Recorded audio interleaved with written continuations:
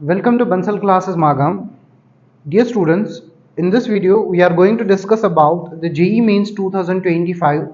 Especially we will be discussing about the question paper of physics. Last दो videos में हमने detail में discuss किया था जो हमारे फिजिक्स के क्वेश्चंस आए थे। आज के इस वीडियो में जो फर्दर क्वेश्चंस हैं जो ऑलरेडी क्लासरूम क्वेश्चंस हमने डिस्कस किए थे कि वो हमारे एग्जाम में डायरेक्टली आए हैं।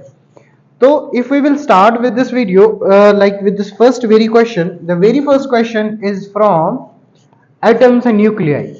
हम जब भी बोहर्स मॉडल पढ़ते हैं which is the most important model in atoms and nuclei, वहां पे उसी के रिलेटेड हमसे एक क्वेश्चन पूछा गया है कि Bohr's model is applicable for single electron atom, ये तो हमें पता है हाइड्रोजन लाइक एटम्स के लिए एप्लीकेबल होता है, of atomic number Z।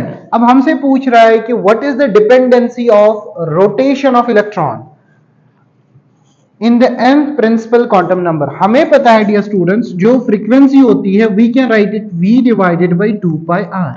v is nothing but the speed of electron, r is the radius of orbit. जब हम वेलोसिटी ऑफ या स्पीड ऑफ इलेक्ट्रॉन की एक्सप्रेशन को डिराइव करते हैं dear in we get v is directly proportional to z over n। Relation तो यही होता है। Accordingly, जो R होता है that is directly proportional to Z divided by n square. Now, if we will just put this equation over here, V के बदले हम Z divided by n, R के बदले Z divided by n square लिख दें तो it will become n cube and Z to Z, Z square by n cube. So हमारे पास जो डायरेक्टली ऑप्शन आएगा, करेक्ट ऑप्शन आएगा Z square divided by n cube. ये देख लीजिए यहां पे हम इसको z square divided by n cube लिख सकते हैं। We will get directly answer. Now moving to the next question. The next question is very good question from electromagnetic wave. एक अच्छा सवाल है, इस सवाल को देख लीजिए टैकल कैसे करना है। इस सवाल में हमसे दिया गया है कि in an electromagnetic wave the magnetic field is given by, magnetic field की इक्वेशन गिवन है root 3/2 I cap plus 1/2 J cap 30 sin omega t minus kz। अब यहां पे कॉन्सेप्ट है, पहले हम ये समझ ले what is the meaning of I cap, what is the meaning of J cap। I cap का मतलब होता है it is the unit vector along x axis. J cap का मतलब होता है it is the unit vector along y axis. अगर यहां पे माइनस I cap होता तो it is the unit vector along minus x axis. Suppose मैं यहां पे एक छोटी सी टर्म डिस्कस कर लूं। Suppose if I will write 10 Newton और मैं बच्चों से ये पूछ लूं कि ये बताइए 10 न्यूटन तो फोर्स है, what is the direction of the force. Until and unless मैं इसमें यूनिट वेक्टर अटैच ना कर दूं मैं इस वेक्टर की डायरेक्शन नहीं बता सकता। जैसे मैं इसमें लिख दूं 10 I cap, this means this 10 Newton is exerting along x axis. Now अगर मैं इसको लिख दूं 10 J cap, यही यूनिट वेक्टर J cap ने इस यूनिट वेक्टर को या इस फोर्स को y डायरेक्शन में ले गया। तो यहां पे हमारे पास यूनिट वेक्टर दिया हुआ है क्वेश्चन में। क्वेश्चन कह रहा है कि मैग्नेटिक फील्ड इतना है। अब हमें डियर स्टूडेंट्स ये पता होता है कि मैग्नेटिक फील्ड की जो इक्वेशन बनती है that is B naught sine omega t, whatever will be the phase difference plus minus. अब डियर स्टूडेंट्स यहां पे कॉन्सेप्ट समझना, ये जो ये लिखा है ना ओमेगा टी माइनस के जेड, पहली चीज ये इक्वेशन साइन टाइप है। जब हम वेव्स में पढ़ते हैं इक्वेशन साइन टाइप है कॉस टाइप है, तो पहली चीज equation is sine type. Sine type का मतलब होगा जो भी इसका आंसर होगा वो साइन में होगा। तो first these two options will be deducted. Now अब हमें यह समझना है ये जो ओमेगा टी माइनस के जेड है इस वेव की डायरेक्शन क्या होगी, क्योंकि डायरेक्शन यहां पे यूनिट वेक्टर के साथ खेल रहा है क्वेश्चन है। अब समझना, अगर हमें ये चीज पता है if one term is positive and other term is negative तो ये हमेशा होता है अलोंग द पॉजिटिव। अब पॉजिटिव कौन सा, वो ये प्रोपेगेशन कांस्टेंट बताएगा। प्रोपेगेशन कांस्टेंट के साथ z है, it is along positive z direction. Suppose ये ऐसे होता ओमेगा टी प्लस के जेड, लेट्स अज्यूम ऐसा होता, हमें पता है इसका मतलब होता है इट विल बी नेगेटिव कौन सी डायरेक्शन, z डायरेक्शन, क्योंकि z के साथ प्रोपेगेशन कांस्टेंट है तो तब होता है ये नेगेटिव z डायरेक्शन। लेकिन हमसे क्वेश्चन में डायरेक्टली प्लस z दिखा है।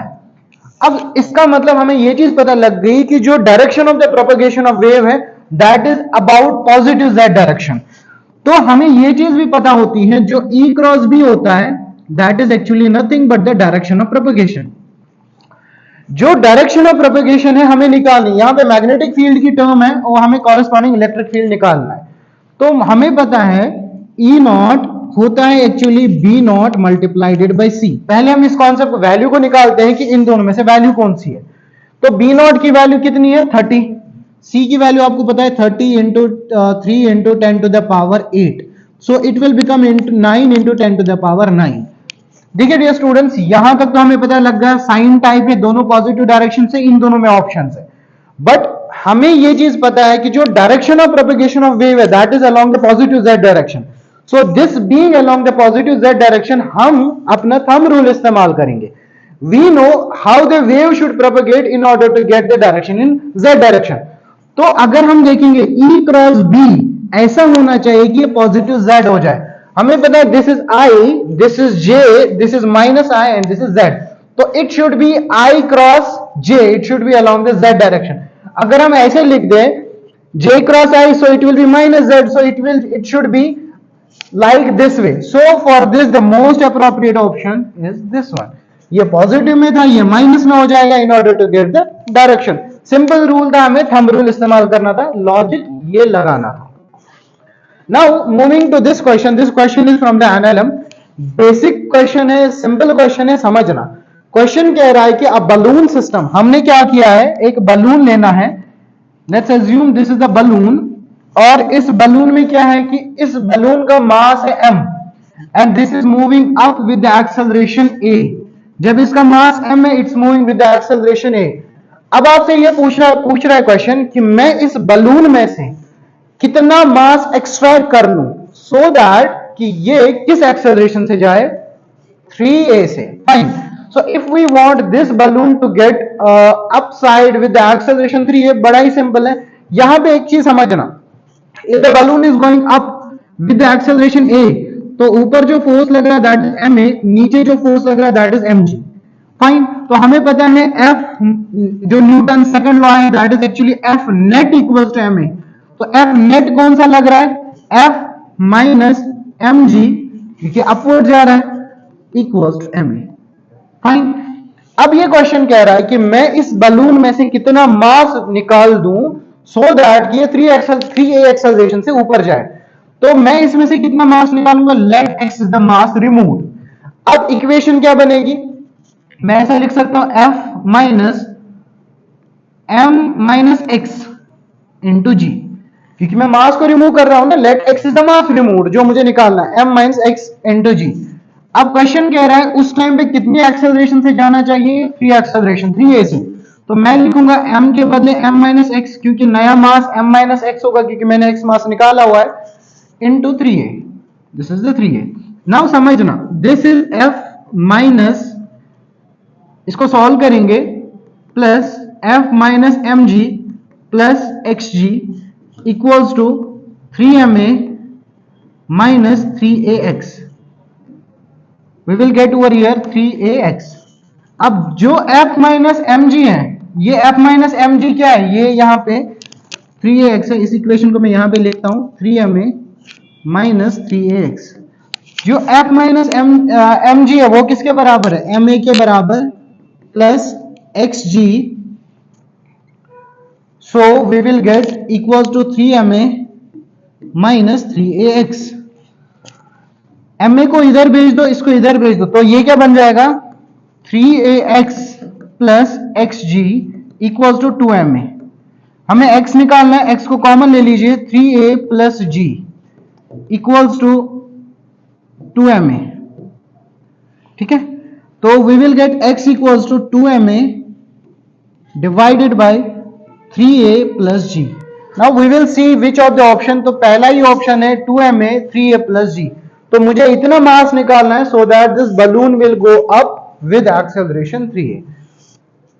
Now moving to this question is a cube of side 10 centimeter, जिसका बल्क मॉडुलस गिवन है। आपने इसको एटमॉस्फेयर में रखा। नाउ इसको हमने एक्स्ट्रा प्रेशर दिया कितना, 7 into 10 to the power 6 pascal. आपसे पूछा जा रहा है कि इसमें वॉल्यूम चेंज कितना होगा। देखिए ये बल्क मॉडुलस का क्वेश्चन है। जब हम डियर स्टूडेंट्स आपको क्लास में डिटेल में डिस्कस करते हैं, चाहे यंग्स मॉडुलस हो, चाहे वो बल्क मॉडुलस हो, चाहे वो शेयर मॉडुलस हो, चाहे जब हम मॉडुलस ऑफ रिजिडिटी, पॉइसॉन्स रेशियो ये सब पढ़ते हैं, ये क्वेश्चन डायरेक्टली हमने क्लासरूम में किए हुए हैं।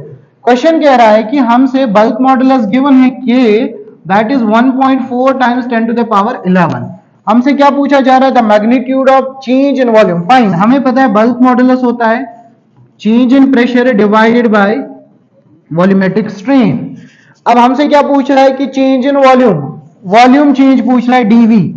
अब आप ये स्टूडेंट्स इसको ऐसे भी तो लिख सकते हो, K equals to dp multiplied by इस v को इधर मल्टीप्लाई किया डिवाइडेड बाई डीवी। तो dv किसके बराबर आ जाएगा? dv equals to dp multiplied by v divided by k। This is the answer. Answer होने का मतलब कि we came to about conclusion क्या आएगा? dp कितना है? Pressure change. Pressure change is we can understand now subject extra pressure that is given directly 7 into 10 to the power 6 pascal. Pascal का मतलब न्यूटन पर मीटर। तो जो वॉल्यूम होगा ना, इसको भी हमें मीटर में कन्वर्ट करना है, that is 0.1 cube divided by bulk modulus जो है हमारा डियर स्टूडेंट्स वो है 1.4 times 10 to the power 11। Then after, ये तो बड़ा ही सिंपल है, हमें पता है ये चीज। चलो यहां पे मैं एक पॉइंट बता दूं, आपको पता होना चाहिए 1 मीटर क्यूब होता है 1000 लीटर। वही कन्वर्जन लगा के you will easily get the answer. Now moving to the next question. Next question बड़ा ही सिंपल है। जब हम वेव थ्योरी पढ़ते हैं, हमें पता है कि वेव थ्योरी के बेसिस पे we can explain reflection, we can explain refraction, we can not explain photo electric effect, we can not explain Compton effect. Compton effect is associated with the particle nature. Wave theory के basis पे हम Compton effect को explain नहीं कर सकते। बड़ा simple है, notes में डायरेक्टली हमने लिखवाया, हाईलाइट भी कराया है क्लास में। Now moving to this question. This question is very simple और ये हमारा काइनेमेटिक्स से है। काइनेमेटिक्स से सवाल क्या आया है कि in this velocity time graph displacement कितनी होगी। तो डियर स्टूडेंट्स, हमें एक चीज पता होनी चाहिए, जब भी हम area of velocity time graph निकालते हैं, area of velocity time graph हमेशा दे देता है हमारा displacement.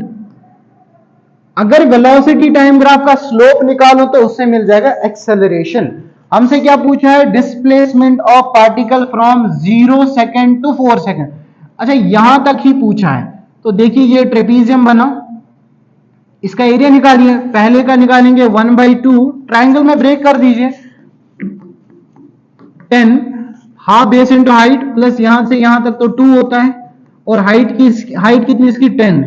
So 2 and 2 gets cancelled, this gets 10 plus 20 that is 30 metre. तो जो भी इसका आंसर होगा 30 मीटर इज करेक्ट ऑप्शन। अगर पूरे का होता तो हमें ये प्लस भी ऐड करना होता। Next, this question is from the current variation of voltage across the AB is given by. ऐसा लॉजिक गेट है। देखिए इस क्वेश्चन को ना ऐसे सॉल्व करते हैं। ये हमारे पास AC सप्लाई है, ये यहां पे हमारे पास डायोड है, और ये रेजिस्टेंस है, and this are the terminals. अब हमसे क्या पूछा गया है कि इसका करेक्ट आउटपुट ग्राफ ड्रॉ कीजिए। तो हमने क्लास में बहुत स्टैंडर्ड क्वेश्चंस में डिस्कस किया था। अगर यहां से हमारा AC साइकिल आ रहा है input, this is the input, V input लिख लेता हूं मैं इसको। जब पॉजिटिव हाफ साइकिल आएगा, मैंने समझाया था क्लास में आपको, apply positive over here, negative over here. For positive half cycle जब मैं यहां पे पॉजिटिव लगाऊंगा, नेगेटिव लगाऊंगा यहां पे, when I will just apply negative over here, this diode ये बन जाएगा रिवर्स बायस। जब भी डायोड आइडियल हो और रिवर्स बायस हो, इसको कर देते हैं ओपन। इसको ओपन कर दो। The moment it gets open, what happens, यहां इसमें से कोई भी करंट पास नहीं होगा। तो इसका मतलब जो हमारा पहला आउटपुट मिलेगा वो बिल्कुल फ्लैट मिलेगा। नाउ जब नेगेटिव हाफ साइकिल जाएगा, for negative half cycle apply here negative, here positive. जब ये पॉजिटिव जाएगा तो ये वाला डायोड P तो पॉजिटिव से कनेक्ट हो गया, ये क्या हो गया? Forward bias. तो इसका मतलब this will only carry the negative. तो जब डायोड हमारा फॉरवर्ड बायस होता है, we replace it by plain wire. तो यहां से हमें आउटपुट चाहिए। तो जब नेगेटिव हाफ साइकिल चला जाएगा, apply negative over here, positive over here, this will carry like this. अच्छा, इस क्वेश्चन में मल्टीपल ऑप्शंस थे, तो मैंने क्लासरूम में आपको बताया जो इनपुट, ये कैसे मैं डिस्कार्ड कर लूंगा, जो इनपुट वेव या जो इनपुट मैं दे रहा हूं, जो उसकी शेप होती है, आउटपुट की भी वही शेप होती है। तो पहली चीज ये तो हमें पता है, दूसरा हमें लॉजिक लगाना है कि this will not be the option. यहां से अगर साइनोसाइडल आ रहा है तो यहां से भी साइनोसाइडल, तो मोस्ट अप्रोप्रिएट ऑप्शन जो भी होगा वो ऐसा होना चाहिए, that should be it's correct option. Now moving to this next question, the next question is the convex refracting surface curved towards the medium A separates the two media A and B, where media A has refractive index 1.3, media B इतना question, ठीक है, an object is placed, ठीक है, along the principal axis if the image is at infinity, okay fine, image is at infinity, that is important। हमसे क्या पूछा गया, radius of curvature। जब हम कर्व्ड सरफेस वाला refraction through a curved surface, dear students, class में discuss करते हैं, we discuss this in detail. क्या हमने ये इक्वेशन ऑलरेडी नहीं पढ़ी है क्लास में, mu two divided by v minus mu one divided by u equals to mu two minus mu one, that is the refractive index divided by radius of curvature. Mu two हमें पता है, question में given है, that is 1.4।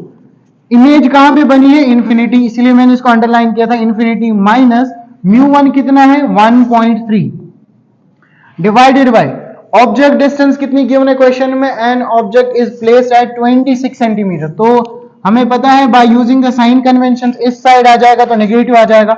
Mu two कितना है 1.4 minus 1.3 divided by r, r हमें यहां पे निकालना है, तो ये तो जीरो हो जाएगा दिस वाला पार्ट, तो this part becomes equal to 0, तो जब ये 0 हो जाएगा what we can do, so it becomes 1.3 divided by 26 equals to 1.4 minus 1.3, that is 0.1 divided by r, तो we can write is 13 divided by 26 equal to 10 divided by r। आगे हम solve कर सकते हैं 1/2 r जितना भी आ जाएगा 20, इसका आंसर होगा। Now moving to this next question, this is reason assertion, options हमारे पास आए नहीं। At the peak of mountain time period of the pendulum increases, देखिए पहले हमें पता होना चाहिए टाइम पीरियड की वैल्यू क्या होती है, that is √L divided by g. देखिए जब हम ऊपर ले जाएंगे इस पेंडुलम को, इसकी लेंथ पे कोई फर्क नहीं पड़ेगा, only what is effecting over here, because हम यहाँ पे एक्सटेंडेड बॉडीज की बात करेंगे as we are writing it as peak of mountain. तो अगर हमें पता है when we go upside g decreases, g जब हम हाइट बढ़ा देते हैं, when we go up height increase होती है तो g डिक्रीज होती है, g डिक्रीज हुआ टाइम पीरियड बढ़ गया, फाइन, तो पहला तो ठीक है। Time period increases with decrease in g, यही तो मैंने लिखा, जब डिक्रीज है तो बड़ा ही सिंपल है, तो दोनों इसके असर्शन और रीजन दोनों करेक्ट थे।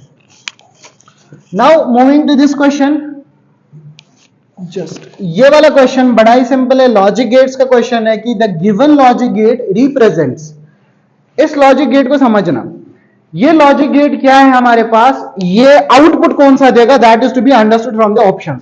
देखिए यहां से आया ए, जो ही इसके पास आया, तो यहां से अगर हम देखें, let me change the colour, we are going to get B over here, यहां तक आया हमारा ए डॉट बी, लेकिन जब इस लाइन को पार किया तो it becomes A dot B whole bar, क्योंकि हमें पता है नॉट का मतलब होता है बार। यहां से आया अगेन ए, क्रॉसिंग हुई यहां से बी, तो दिस का ये तो हमारा एंड गेट है, this will do addition A plus B, लेकिन इस नॉट की वजह से it will become bar.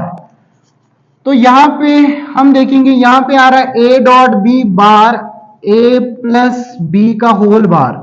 Now this will again do dot, ये वाला काम होगा डॉट का, तो it will be A dot B bar dot A bar A plus B का बार। नाउ यहां पे ये जो ये वाला नॉट है ना, ये अगेन एक और बार डाल देगा इस पे, तो हमें पता है हम डी मॉर्गन थ्योरम लगा सकते हैं, change the sign, A dot B double bar, इसको प्लस करना है A plus B double bar, तो ये आपको पता है ये ए डॉट बी ही बनेगा, ये प्लस ए प्लस बी बन जाएगा।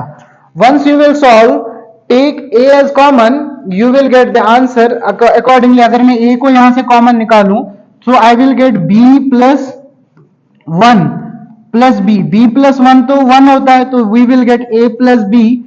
ए प्लस बी जो होता है हमारा डियर, ये और गेट होता है, ये हमें ऑलरेडी पता है plus. Now this question might not be clear, ये क्वेश्चन है बॉल फॉलिंग लेट्स स्किप, ये क्वेश्चन क्लियर नहीं है। नाउ ये क्वेश्चन ये है कि electromagnetic waves have both energy and momentum. Fine, हमें पता है, लास्ट वीडियो में भी हमने डिस्कस किया था E equal to P C, P equal to sorry EC, ऐसा हमने इसको डिस्कस किया था, ये इक्वेशन। नाउ इस चीज को समझना, इलेक्ट्रोमैग्नेटिक वेव्स के पास एनर्जी भी होती है, इलेक्ट्रोमैग्नेटिक वेव्स के पास मोमेंटम भी होता है। अगर एनर्जी भी है तो मोमेंटम भी ऑलरेडी है, तो ये तो लास्ट टाइम पे हमने डिस्कस किया था, तो ये भी करेक्ट। और rest mass of photon is 0, ये भी करेक्ट। तो असर्शन 1 असर्शन 2 दोनों स्टेटमेंट्स करेक्ट हैं। Now this is the question again from radius of first orbit of hydrogen is a, then find the radius of second orbit both. This is again from the atoms and nuclei. हमें पता है radius is directly proportional to n square divided by z. ये तो class में बहुत बार discuss किया हुआ है, what is the relationship of orbits with the radius. अगर n की वैल्यू 1 है for the first orbit, उस टाइम पे रेडियस a है, तो हमें पता है for second orbit तो r is directly proportional to 2 का स्क्वायर, दैट इज 4a। तो डायरेक्टली डायरेक्ट बेस क्वेश्चन है, तो 4a ही आना है, क्योंकि r is directly proportional to n square. देखिए r is directly proportional to n square, r a था जब n 1 था, तब ये कितना हो जाएगा जब n 2 हो जाएगा, तो 4 हो जाएगा, तो 4a हो जाएगा आंसर। तो ये तो इसका डायरेक्टली आंसर है। Now moving to this question, ये है कि a negative potential is required to stop an photo electron, जिसको हम स्टॉपिंग पोटेंशियल या जिसको हम कट ऑफ पोटेंशियल बोलते हैं। क्लासरूम में हमने सिमुलेशन भी करी हुई है, इस पे बच्चों ने खुद अपने चेंज किया था कि किस नेगेटिव पोटेंशियल पे हम इसको कट ऑफ पोटेंशियल पे इलेक्ट्रॉन्स को स्टॉप करना है, जहां पे फोटो करंट 0 हो जाएगा, जो इसका असर्शन है। दूसरा है speed of electron decreases when the negative potential, ये भी करेक्ट है। देखिए फोटो इलेक्ट्रिक इफेक्ट जो हर्ट्ज एक्सपेरिमेंट हमने किया था, उसमें हमने देखा था कि हमें नेगेटिव पोटेंशियल, वो तो पहला ही स्टेटमेंट अगर सही है तो बाय डिफॉल्ट सेकंड स्टेटमेंट सही हो रहा है। नेगेटिव पोटेंशियल आपको जरूरत होती है in order to stop the photo electron. जो ही फोटो इलेक्ट्रॉन स्टॉप हो जाएगा तो उसके बाद क्या होगा, if you just want to decrease its speed you just have to apply negative potential. So ये इसका करेक्ट ऑप्शन होगा। तो these were the few questions जो हमारे पास आए थे फ्रॉम द स्टूडेंट्स, और स्टूडेंट्स ने बहुत अच्छा पेपर किया है। So whatever we have discussed in the class, those questions are directly asked in various competitive exams. So जो नीट के एस्पिरेंट्स हैं उनके लिए एक स्पेशल सजेशन ये है कि वो अब जो हमारे पास सिर्फ 90 डेज का टाइम बचा है, वो जेई के पेपर को कम से कम सॉल्व करके जाए। This will give them a hint how to solve the question, how to tackle the question. Thank you.